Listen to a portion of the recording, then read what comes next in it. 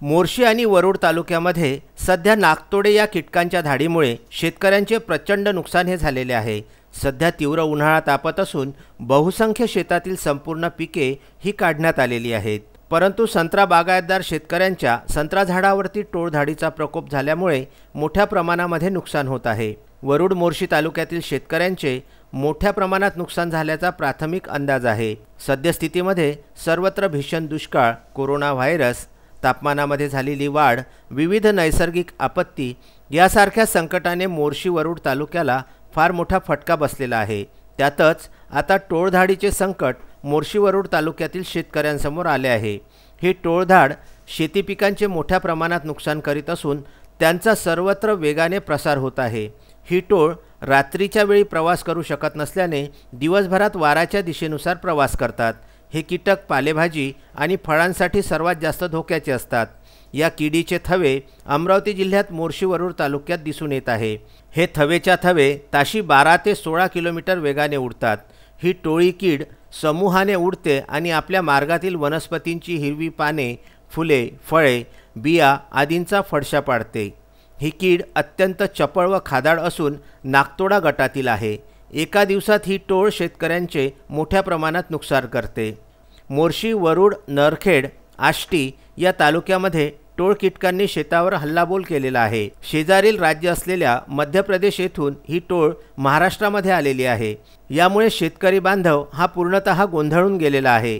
मागील 10 वर्षांपासून मोर्शी वरुड तालुक्यातील शेतकरी संकटांचा सामना करत करत आता पुन्हा एकदा या कीटकाने धाड मारलेली असताना आता आपण काय करावे याबाबत त्याच्यामध्ये संभ्रम तयार झालेला आहे।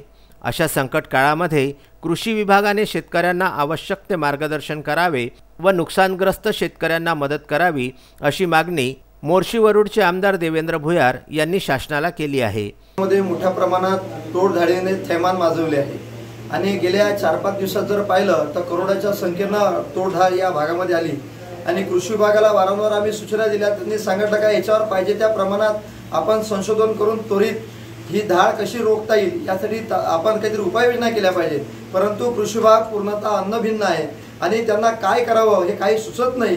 म्हणून आम्ही कृषी मंत्र्यांना आणि राज्याच्या महसूल मंत्र्यांना सुद्धा विनंती केली की तातडीने आपण उपाययोजना करावी। जी काही अत्यावश्यक बाब असेल ते लक्षात घेऊन जे शास्त्रज्ञ आपल्या विद्यापीठात बसले आहे, फक्त फुकटचा पगार शास्त्रज्ञ घ्यायला लागले। संकटाच्या काळात सुद्धा शास्त्रज्ञांना आपला पेन खाली ठेवलेला आहे। त्या शास्त्रज्ञांनी आता कुंभकर्णाच्या झोपेतून उठून खऱ्या अर्थानं शेतकऱ्याच्या पाठीशी उभं राहणं आता गरजेचं आहे। म्हणून सरकारनं गांभीर्यानं घेऊन जे काही शेतकऱ्याचा संत्रोत्पादक शेतकऱ्याचं नुकसान व्हायला लागलेलं आहे या नुकसानाकडे आता प्राकर्षानं गांभीर्यानं पाहणं गरजेचं आहे। तर हा शेतकरी आता शस्त्र हातात घेतल्याशिवाय रस्त्यावर उतरणार नाही। एक तर कोरोनासारख्या महाभयंकर रोगामुळे शेतकऱ्याचं जगणं कठीण झालेलं आहे।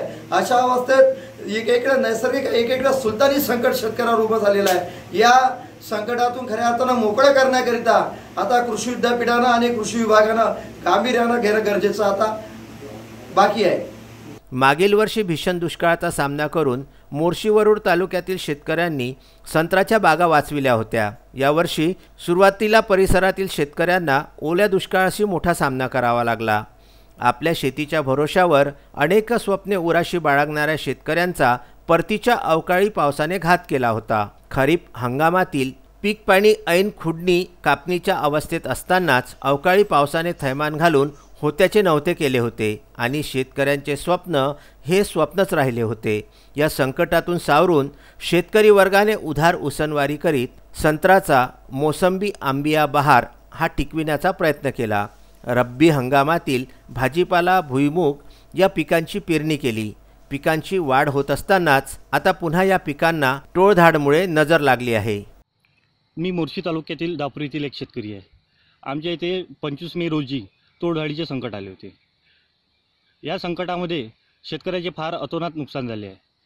यामध्ये आमचे संत्र्याचे तर फारच नुकसान झाले आहे।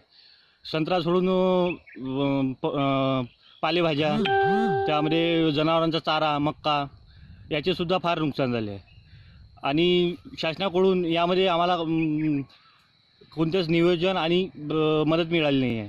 26 तारखेला आमच्या गावामध्ये तोडधाड आलेली होती दुपारी 11 वाजता आणि त्या तोडधाडीने आमच्याकडे या संत्र्यामध्ये खूप आक्रमण केलेलं होतं आणि आकाशामध्ये असं एकदम आच्छादन घातलेलं होतं आणि आमच्या 500 झाडाच्या संत्र्यामध्ये त्यांनी 200 झाडावर आक्रमण केलेलं आहे। तसेच आमच्या इथे मका भाजीपाला या पिकाचंही खूप प्रमाणात नुकसान झालेलं आहे। तरी शासनाने याची दखल घेऊन शेतकऱ्यांना मदत करावी असं मी आवाहन करतो। आणि तसेच आमच्याकडे हे कोरोनामुळे संकट आणि हे तोडधाडीचे संकट, हे दोन्ही संकट आमच्यावर खूप काही करून गेलेलं आहे। मोर्शी वरुड येथून दत्तराज इंगळे व संजय घारपवार यांचा वृत्तांत।